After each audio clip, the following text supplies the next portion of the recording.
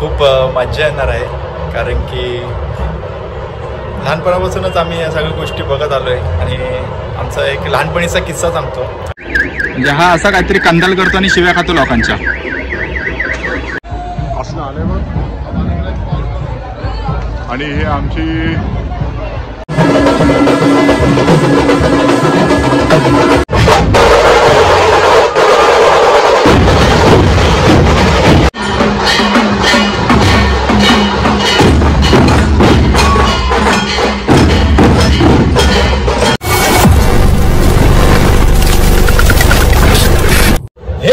Welcome to my new blog. आणि आज आहे महाशिवरात्र आणि तुम्हाला सर्वांना महाशिवरात्रीच्या खूप खूप शुभेच्छा. हा ब्लॉग 2-3 दिवसांनी येईल, थोडा ॲडजस्ट करा, तरी पण तुम्हाला महाशिवरात्रीच्या शुभेच्छा. आणि आज महाशिवरात्र आहे आणि आज महाशिवरात्रीनिमित्त महाड शहरामध्ये आणि सगळीकडे आज खूप भारी भारी असं काही अशा गोष्टी असतात जे आपण छबिना उत्सव असतो. छबिना उत्सवची सुरुवात आजपासून आमच्या महाडमध्ये झाली आहे. तर मी आज या ब्लॉगमध्ये तुम्हाला सर्वांना तेच दाखवणार आहे, आमच्या महाडमधला महाशिवरात्र कशी असते आणि छबिना उत्सव कसा चालू होतो. आमची सासन काठी असते, खूप उंच अशी काठी असते आणि ती नाचवण्याची पद्धत आहे आणि ती आज मी तुम्हाला दाखवणार आहे नेमकं काय असतं आणि कसं असतं. आणि प्रत्येक आळीचे आखाडे असतात. आळीचे म्हणजे प्रत्येक एरियाचे आखाडे असतात. प्रत्येकजण कुठल्या वेगवेगळ्या असे आखाडे घेऊन येतात आणि लेझीम, नगारा, खालूबाजा ह्या सगळ्या गोष्टी असतात. मला या ब्लॉगमध्ये तुम्हाला बघायला भेटतीलच. खूप मजा येणार आहे, कारण की लहानपणापासूनच आम्ही या सगळ्या गोष्टी बघत आलो आहे आणि आमचा एक लहानपणीचा किस्सा सांगतो. आम्ही लहान असताना आम्ही सासनकाठी वगैरे तयार करायचो, सगळी लहान मुलं, आणि ती सासनकाठी तयार करायचो. आम्ही त्याची प्रॅक्टिस वगैरे करायचो. एक महिनाभर आम्ही त्याची प्रॅक्टिस करायचो आणि मग ती सजवून वगैरे तयार ठेवायचो आणि मग महाशिवरात्रीच्या दिवशी आम्ही ती काढायचो. आणि महाशिवरात्रीच्या दिवशी आहे ना, महाशिवरात्री यायचं दिवस असला की आदल्या दिवशी आमची फुल तयारी असायची. काठी जमा करा, काठी ते सजवा वगैरे वगैरे या सगळ्या गोष्टी.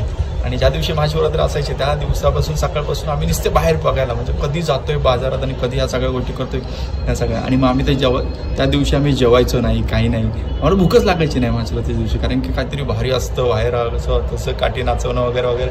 एकदम भारी भारी भारी फिलिंग होती लहानपणीची. त्या सगळ्या गोष्टी मिस करतोय. तर मग चला, तुम्हाला ह्या सगळ्या गोष्टी बघून तुम्हाला पण कळेल आम्ही काय एवढे हे असायचो, हॅप्पी असायचो, खुश असायचो. आणि मी आता राकेशच्या बिल्डिंग खाली आहे. राकेश आता त्याची वाट बघतोय, कारण की राकेश आत्ताच कंपनीतनं आला आहे आणि त्याला घेऊन मग मी निघतो. एका शंकराच्या मंदिरात जायचं आहे. शंकराच्या मंदिरात पाया वगैरे पडून मग आम्ही येतो, तुम्हाला दाखवतो महाडमधील महाशिवरात्र. आणि राकेश आलेला आहे, बरोबर अर्ध्या तासांनी आलाय. ह्याला तर ह्याची सवय तर तुम्हाला माहीतच असेल, मागच्या ब्लॉगपासून तुम्ही बघताय. अर्धा एक तासाने हा येणार. साला ये दुःख काय खतम नाही होता बे. आणि राकेशने लोकांची गाडी उघडली आणि ती गाडी आता वाजते बघा. म्हणजे हा असा काहीतरी कंदाल करतो आणि शिव्या खातो लोकांच्या. अरे नाही होणार रे बाबा, गाडी बंद कर. छोटू इधर का साफ करना जरा थोड़ा. छोटू इधर का सामने का करना. क्या बोला तूने? अच्छे से करो. हाँ सलाम सलाम. ये सामने से करो. थोड़ा पानी ले लो ना. ये बड़ी अच्छी बात कही आप.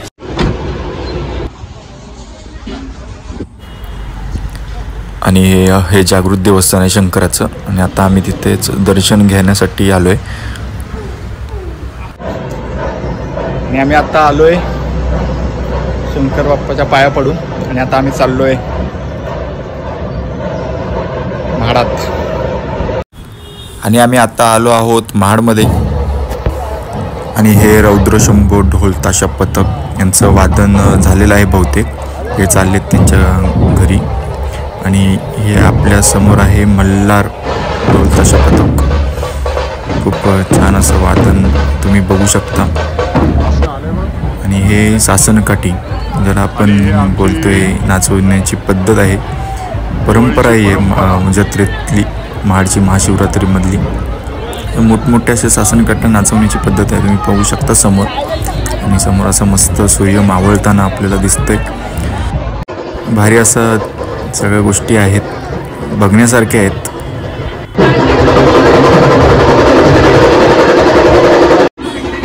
या लोकांनी आता नगारा घेऊन आलेत. नगारा वाजवण्याची मजा आहे ना ती कशातच नाही.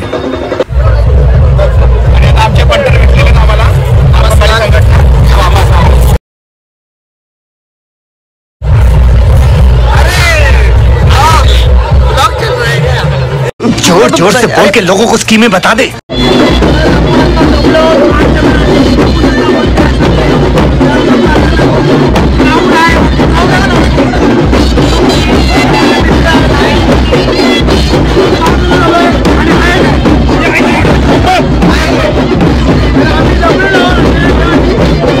समझ रहे ना आप, लेकिन सुन के अच्छा लगा.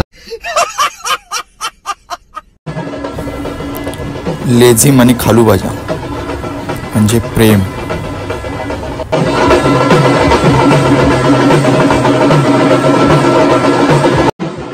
आणि हा समोर कोटेश्वरी मातेचा आकडा आहे. कोटेश्वरी तळ्यावरची खूप छान अशी मूर्ती आहे कोटेश्वरी आईची.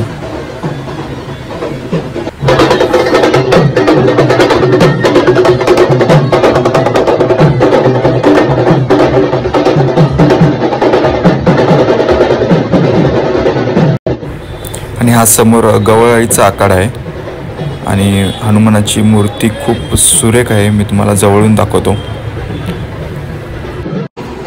मगरीवर उभा असलेला मारुतीची मूर्ती आहे, खूप सुंदर मूर्ती आहे.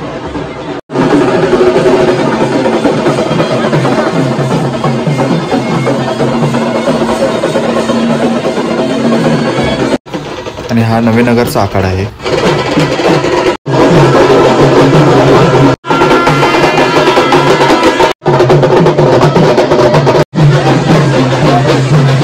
आणि अशा प्रकारे सगळ्या आळींचे आखाडे असतात. आणि समोर असलेली आपली महाडची ग्रामदैवत जाकमाता माताचं पालखी आलेली आहे. आपल्या वीरेश्वर महाराजांच्या 26व्या उत्सवासाठी ह्या जाकमाते मातेचं आगमन झालेलं आहे. पायघड्या घालून तिचं आगमन झालेलं आहे आपल्या महाडमध्ये. आणि महाशिवरात्रीलाही आपली पालखी येते आणि वीरेश्वर महाराज मंदिरात ती प्रस्थापित होते. अशी आपली जाकमाते दर्शन. खूप भाविकांचं अल्लोट गर्दी, खूप भारी वाटतं असं बघण्यासारखं.